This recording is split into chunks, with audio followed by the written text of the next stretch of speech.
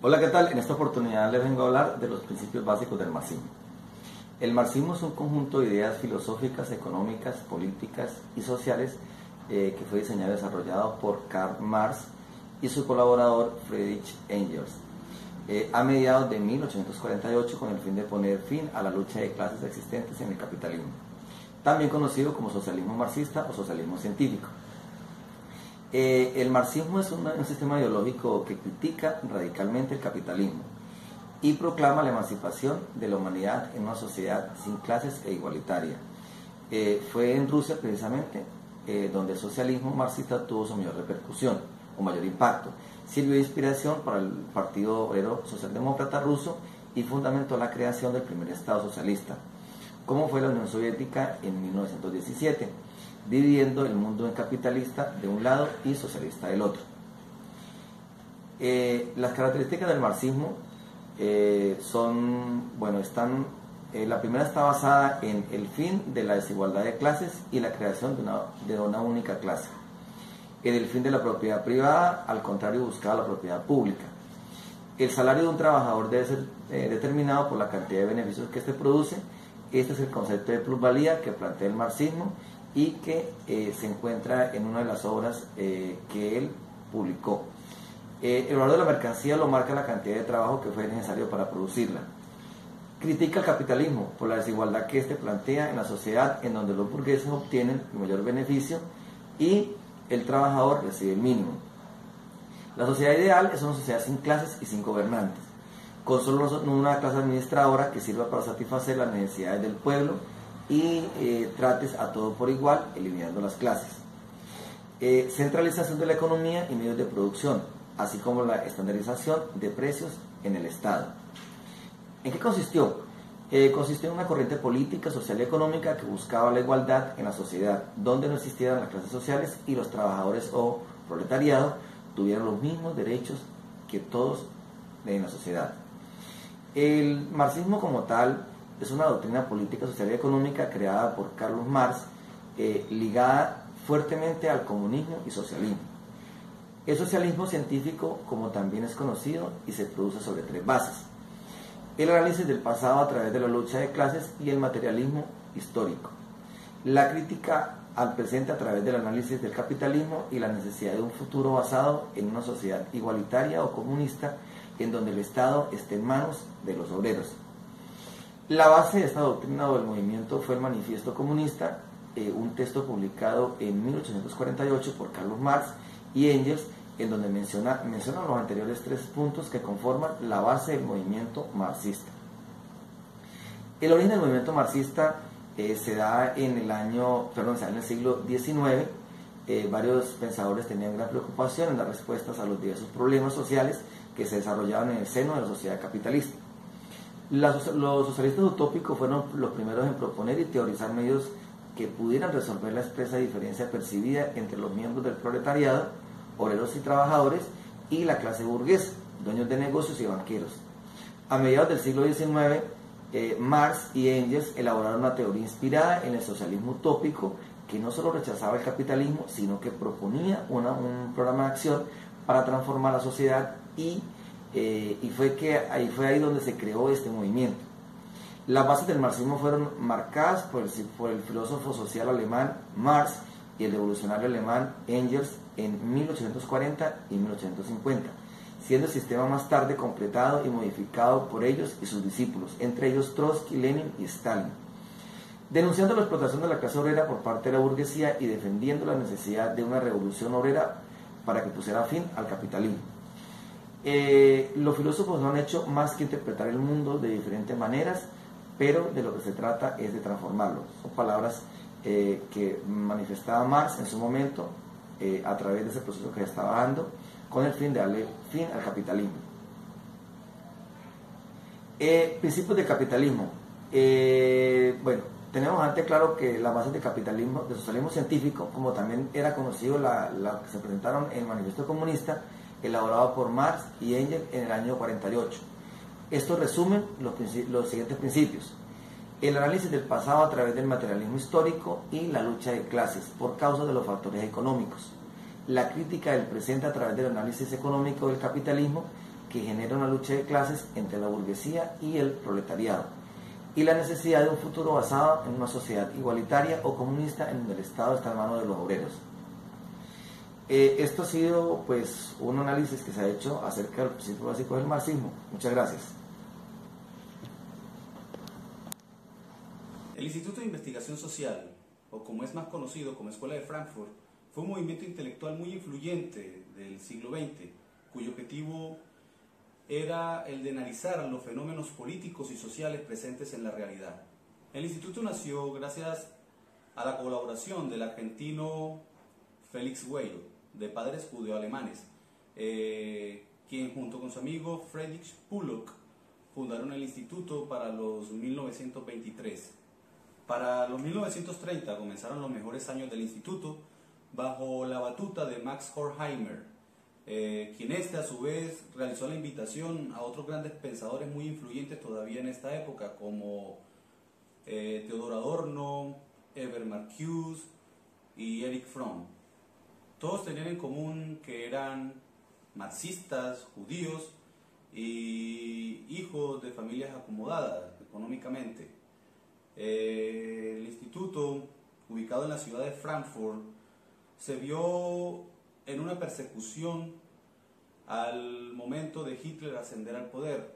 Los nazis hicieron que los intelectuales, miembros del instituto, primero se mudaran fuera de la Alemania nazi y luego aterrizaran en Nueva York. No había existido antes un instituto de investigación marxista, y en este se dedicaron a descubrir y analizar los hilos ocultos de la dominación capitalista sobre las masas. El trabajo del instituto fue diseñado de manera innovadora con relación a la estructura académica de su época. No estaba organizado en torno a disciplinas o especialidades del conocimiento, sino alrededor de fenómenos o problemas de análisis. Este modelo permitió a los investigadores provenientes de otras áreas del conocimiento, como la ciencia política, la psicología, el psicoanálisis, la sociología, el arte, que pudieran coincidir en torno a algún fenómeno social concreto o político. Cada uno de ellos aportaba el enfoque propio de la disciplina a la que pertenecían, y luego, mediante una reflexión conjunta, podían generar un nuevo conocimiento, de una manera muy diferente de la que hubiese sido de la manera tradicional. Asimismo, se contaba con una rica variedad de influencias teóricas y metodológicas, dentro de las que se pueden apreciar varias corrientes filosóficas, como la filosofía hegeliana en sus diferentes vertientes, o el pensamiento marxista, las teorías sociales basadas en el psicoanálisis, la crítica del arte y las diferentes teorías sociológicas. Para esto se basaron en la obra de varios autores como Hegel, Marx, Max Weber, en lo que es respecto a lo sociológico, y como Sigmund Freud respecto a lo que es el psicoanálisis. De esta manera, a lo largo de su historia, la Escuela de Frankfurt formaron partes investigadores y pensadores en diferentes campos del conocimiento. Filósofos como Max Horkheimer, Theodor Adorno, Herbert Marcuse, sociólogos como Jürgen Habermas, Karl Otto Appel, abogados como Franz Lopel Neumann, Otto Kirchheimer, crítico literario y filósofo como lo fue Walter Benjamin, y psicoanalistas como Erich Fromm. Para continuar esta disertación sobre teoría crítica, vamos a detenernos un poco en algunos de sus principales representantes. Es importante tener en cuenta que la teoría crítica está inseparablemente conectada con la denominada Escuela de Frankfurt. Dentro de los más importantes tenemos a Herbert Marcuse, nacido en Berlín en 1898, quien en su obra central El hombre unidimensional va a señalar que producto de la racionalidad dominante de los medios de comunicación vamos a tener a un hombre que se va a centrar solamente en un área de lo que tendría que ser su desarrollo personal. Y básicamente esta área está cercana a lo que es el consumo. Un consumo que provoca que esta persona deje de pensar, por ejemplo. Entonces se mantenga lo que es en una dimensión, para hablarnos de una sociedad unidimensional. Este autor y este grupo de pensadores que hace una crítica a la sociedad acuñarían un término que luego se va a popularizar como industria cultural para señalar cómo esta sociedad capitalista produce bienes culturales masivos y que por lo tanto estos bienes culturales masivos van a generar ciertos cambios sociales. Otro pensador importante que muere en su periplo hacia Estados Unidos es Walter Benjamin, nacido también en Berlín el 15 de julio de 1892. Este filósofo es reconocido dentro de este tópico con su famosa propuesta del aura. ¿Qué es el aura entonces para Benjamin? Es la esencia de la obra de arte. Es decir, producto de esta sociedad donde todo se reproduce masivamente, lo que dice Walter Benjamin es bastante interesante, porque por un lado la reproducción masiva de bienes permite una democratización del acceso a lo que es la cultura, pero también produce lo que viene a ser la pérdida de la esencia de la obra de arte, es decir, tantas reproducciones que yo llego a tener en mi casa de una Mona Lisa, como lo tiene todo el barrio o como lo tienen todos mis vecinos, indicaría que la primera obra ya perdió esa esencia, ese algo, esa aura. Otro pensador importante es Theodor Adorno, nacido en una familia burguesa acomodada de Frankfurt del Meno en 1903, y su dialéctica negativa. Esta teoría es de una crítica sobre la propia crítica, para posteriormente desarrollar la teoría de la industria cultural, la cual es una producción en serie y de manera masiva, en donde la cultura se vuelve un negocio, es decir, el ser humano se vuelve mercancía posteriormente a los cambios de la modernidad. Por otro lado tenemos al filósofo alemán Jürgen Habermas, nacido en 1928, considerado uno de los pensadores más influyentes del siglo XX. Proveniente de una formación en filosofía, este autor ha desarrollado significativos aportes en la teoría sociológica moderna, fundamentalmente a partir de sus teorías sobre la democracia deliberativa y la acción comunicativa. Para muchos pensadores, Habermas es uno de los intelectuales más influyentes de la llamada segunda generación de la Escuela de Frankfurt en Alemania. La teoría de la acción comunicativa de Habermas aborda la teoría de la acción y su fundamento racional y a partir de tres pretensiones fundamentales.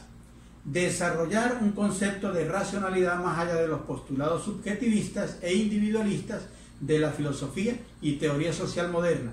Elaborar una nueva concepción de la sociedad en dos niveles integrando los paradigmas de sistemas y mundo de la vida. Y por último, desarrollar una teoría crítica de la modernidad buscando las respuestas necesarias para retomar su proyecto original. Otro pensador importante es Max Horkheimer, filósofo alemán y autor de una teoría crítica de la sociedad. Este autor emprende un profundo análisis de las ciencias sociales, de donde surge la oposición fundante en su obra. La razón instrumental versus teoría crítica. O sea, la razón instrumental sería todo lo que pertenece a la esfera de la teoría tradicional, mientras que la teoría crítica sigue por los caminos del pensamiento crítico negativo. De modo similar, Horkheimer critica la razón abstracta de la teoría tradicional, por juzgarla una creadora de los mitos en los que se asienta el cientificismo. Este autor sufrió una gran influencia de compatriotas como Schopenhauer, Carlos Marx, Max Weber, Nietzsche y Freud. También fue amigo de Adorno y de Marcuse. Finalmente, podemos concluir entonces que la Escuela de Frankfurt plantea aspectos políticos, sociales, económicos, etc. Por lo tanto, todas sus teorías son dialécticas y en cuanto a sus pensadores tienen una similitud. Esta similitud se refiere que todos ellos critican la ideología del capitalismo y principalmente la razón instrumental del ser humano. Razón es una noción que puede referirse a diferentes cuestiones. En esta oportunidad nos interesa centrarnos en su acepción como la capacidad de pensar, elaborar conceptos y arribar a conclusiones a través de la actividad mental. Instrumental, por su parte, es aquello que está vinculado a un instrumento. El término instrumento hace mención a lo que sirve para algo útil o tiene un fin. Todas estas ideas permiten adentrarnos en la definición de la razón instrumental. Cuando el ser humano busca adaptarse al medio para satisfacer sus necesidades, apela a la razón instrumental. Se trata de la estructura de pensamiento que privilegia la utilidad de la acción y que considera a los objetos como medios para alcanzar un fin determinado. Puede asociarse la razón instrumental, por lo tanto, al pragmatismo. Importa más aquello que se quiere conseguir que el camino que lleva hacia eso. Si simplificamos, podríamos decir que la razón instrumental prioriza el fin antes que los medios. La razón instrumental se basa en la idea de utilidad. De acuerdo a esta clase de razonamiento, el valor radica en aquello para lo que sirve. Si tienen una utilidad, si sirven para algo, tienen valor. Si no sirven para nada, no tienen utilidad. Carecen de valor desde la perspectiva de la razón instrumental. Hay que poner además que existe una obra de gran calado y referencia que responde al nombre de Crítica de la razón instrumental. El filósofo y sociólogo alemán Max Horkheimer fue quien llevó a cabo la escritura de la misma, publicada en 1947, junto a otra figura como también lo es él, el filósofo germano Theodor Adorno. Ambos son dos relevantes pensadores de la llamada Escuela de Frankfurt, y en el citado trabajo vinieron a plasmar parte fundamental de sus ideas y pensamientos. En concreto, en el mismo no solo establecen el proceso de racionalización, sino que vienen a plantear cómo la modernidad está trayendo consigo que la humanidad tenga que pagar un alto precio de la misma. Si nos vamos a las ideas o a los pensamientos que plantea Weber, él nos habla sobre el pragmatismo. Nos dice que una de las principales razones por las cuales se implementó el capitalismo es debido a la fe. ¿Por qué nos dice esto? Porque resulta que lo que es Alemania, más que todo la religión era protestante y se basaba en los valores. ¿En qué valores? Nos hablaban del trabajo, el ahorro, el esfuerzo, la inversión, la prosperidad, la maximación de la ganancia como algo positivo, y nos hablaban de los placeres carnales, el ocio, como pecado, como inmoralidad, contraponiéndose a las creencias que anteriormente se tenían de que la riqueza era un pecado. En esta religión, en este tipo de creencias, en esta fe, se niega la existencia del mundo. O sea, solamente quieren llegar a un fin, que es la salvación, mas no reconocen el camino que hay que seguir para llegar a él, ¿sí? En el caso de los católicos, decimos que haciendo obras podemos conseguir esta salvación. En el caso de esta religión, de los protestantes, no importa el medio, lo que importa es que haya salvación. Entonces así justifican muchas veces el apoderarse de las riquezas. ¿Por qué? Porque cuando una persona tiene más riquezas, quiere decir que lo que está haciendo está bien, porque está creciendo su fortuna, ¿sí? Está consiguiendo un fin. Y se supone que el que se salva se premia, ¿sí? Y la salvación se consigue portándose bien. Podemos llevar esto de la razón instrumental como dominación a nuestra época, ¿sí? Lo podemos relacionar, o un claro ejemplo de ello son los medios de comunicación. Cuando tenemos la famosa propaganda engañosa que esconde un mensaje, ahí estamos viendo cómo es manipulado, las masas son manipuladas por medio de la razón utilizada como un instrumento para conseguir un fin. ¿Cuál es el fin? La productividad. Muestran, por ejemplo, una bebida supuestamente que puede mejorar la salud, puede adelgazar a una persona, pero realmente esto no ocurre. Lo que ellos quieren es producir, y la gente compra, cada vez compra más, creyendo en esa información que les están vendiendo, que en última instancia es falsa. Tenemos que un gran opositor de la razón instrumental como dominación es Habermas. Habermas nos habla de lo práctico moral, nos habla de que se debe prevalecer los valores humanos, se debe prevalecer el valor del ser humano ante todo. No solamente importa el fin, también importan los medios, porque en ese camino se transversa la importancia que debe tener el ser humano. Muchísimas gracias.